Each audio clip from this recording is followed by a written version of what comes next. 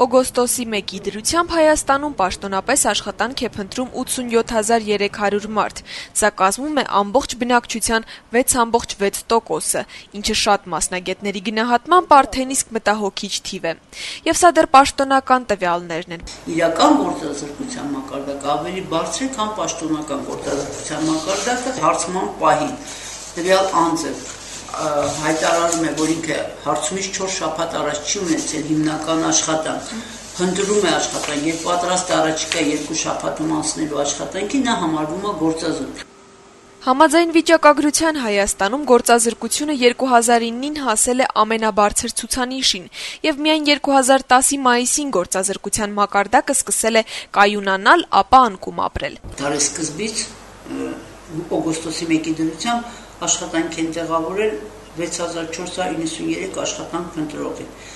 որից միայն 1697-ը երիտասարդներ են։ Սակայն շարունակում է մտահոգիչ մնալ տարբերությունը թափուր աշխատատեղերի եւ գործազուրկների թվի միջև։ Թափուր աշխատատեղերը մի քանի անգամ պակաս են լինում, դրան գումարած նաեւ այն, որ ոչ բոլոր աշխատանքների համար են գտնվում համապատասխան մասնագետներ։ Օրինակ Երևանում կա բանվորական մասնագիտությունների խիստ պահանջարկ, իսկ մարզերում պակասում են բժիշկներն, ուսուցիչները, ճարտարապետները եւ այլն։ Այդ պատճառով երիտասարդները պետք է ստանան այն մասնագիտական կրթությունը, որի պահանջարկը կա։ Հակառակ դեպքում աշխատանքի տեղավորվելուց հետո էլ մեծամասնությունը աշխատանքի են տեղավորվում մասնավոր ընկերություններում։ Բոլոր նրանց, ովքեր աշխատանք են փնտրում, գործազուրկ են, սակայն աշխատել են 1 տարուց ավելի եւ կատարել համապատասխան սոցիալական վճարները, պետությունն իրավունք է տալիս ստանալ գործազրկության նպաստ։ Այս տարի այն կազմում է 18000 դրամ, որը նույնիսկ նվազագույն սպառողական զամբյուղի արժեքից էլ գրեթե 3 անգամ պակաս է։ Մենք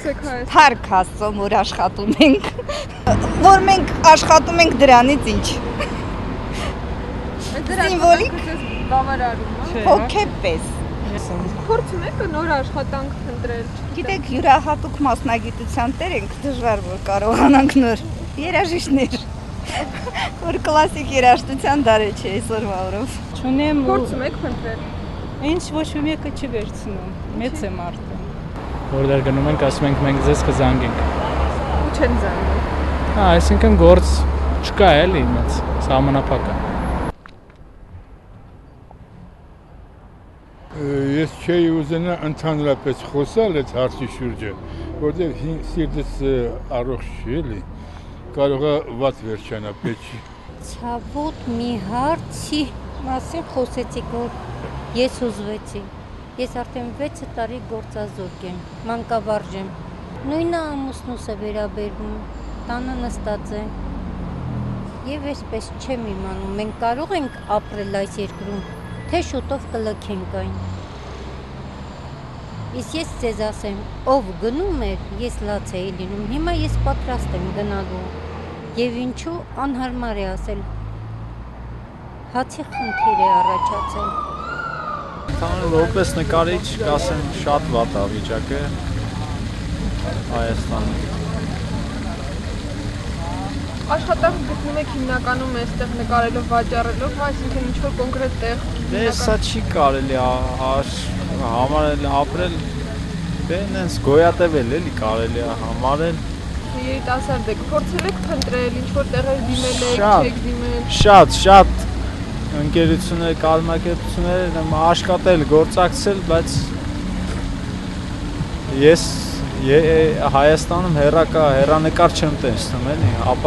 լավ ապագա չեմ սպասում։ Ինչն է ձեզ խանգարել, այսինքն ինչ պայմաններ ձեռք չեն տվել, որ չեք ընդունվել աշխատանքի կամ չեք գտել այդ։ Ընդհանուր միջավայրը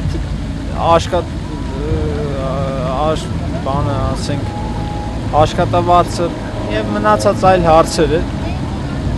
Փորձում եք աշխատանք փնտրել։ Գիտեք, ես մասնավոր դեպք եմ, աշխատանություն ունեմ, ամեն տեսակ աշխատանքի ես չեմ կարող։ Ուղղակի կարող եմ անցում կատարել այդ թեմային, որ Հայաստանում իմ նման մարդկանց համար հարցը տրված է շատ անմարդկանց է, որտեղ այն կենսաթոշակը որ տրվում է իմ նման մարդուն, դա պարզապես ծիծաղելի դրանում մարդը չի կարող ապրել, ես ընդհանրապես դա կարող